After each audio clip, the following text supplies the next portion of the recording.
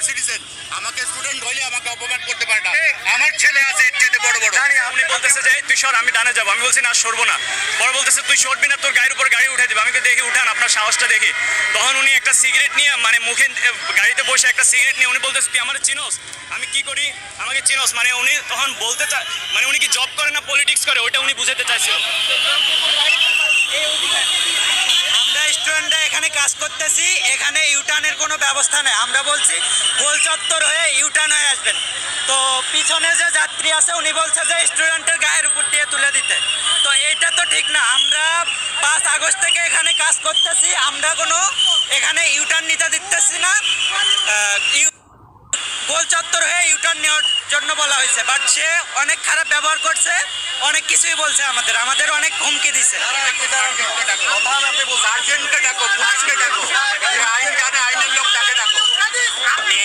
আপনি গায়ে তুলে দিতে চাইছেন, গায়ে তুলে দিতে চাইছেন, এই কথা বলতেছে। গায়ে তুলে দিতে চাইছেন, গাড়ির সামনে এসে দাঁড়াইছে, সে আমাকে লাঠি দেখাইছে, আবার গাড়ির সামনে এসে দাঁড়াইছে। সেটা বলেন। গায়ে তুলে দিতে চাইছেন, এটা সত্যি কিনা? আমাকে কেন আমাকে অপমান করবে কেন? আমি একজন সিনিয়র সিটিজেন, আমাকে স্টুডেন্ট হইলে আমাকে অপমান করতে পারে না।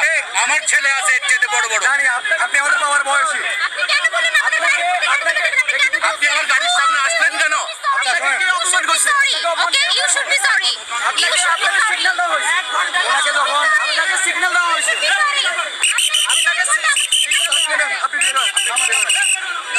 আমাদের একজন সহকর্মী, উনি ওনাকে সিগন্যাল দিয়েছে, উনি সামনে ওনার বলে যে উনি বলতেছে স্টুডেন্টের দোষ।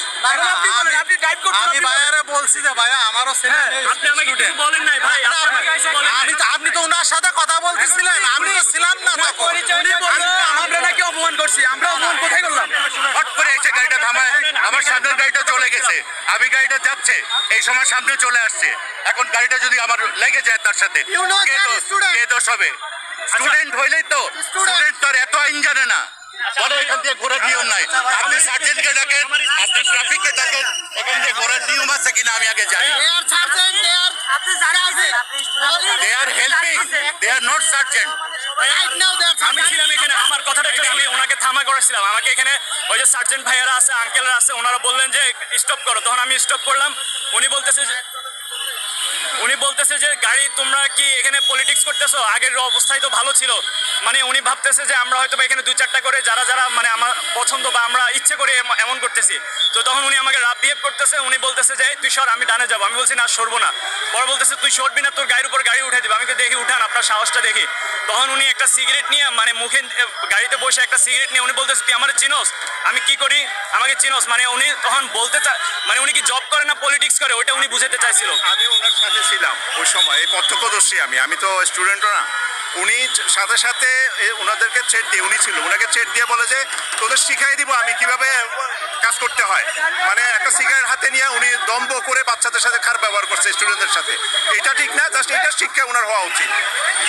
যথেষ্ট কারণ বাজার সিগন্যালে আপনারা দেখতে পাচ্ছেন যে এই মুহূর্তে শিক্ষার্থীদের সাথে একটি গাড়ির চালক এবং যিনি বসেছিলেন পিছনে, তিনি মূলত শিক্ষার্থীদের সাথে কথা বলেন এবং এক সময় শিক্ষার্থীদের সাথে তাদের বাক বিতণ্ডা আমরা লক্ষ্য করছিলাম এবং শিক্ষার্থীরা তাদের গাড়ি আটকে রাখে এবং তাদের সাথে কথা বলেন এবং সিনিয়র সার্জন আসেন এখানে। গাড়ি উঠায় দেবে, যে জায়গায় আমরা দায়িত্ব পালন করছি সে জায়গায় সে আমাদের উপরে গাড়ি উঠায় দেবে। রং সিগন্যাল আসছে।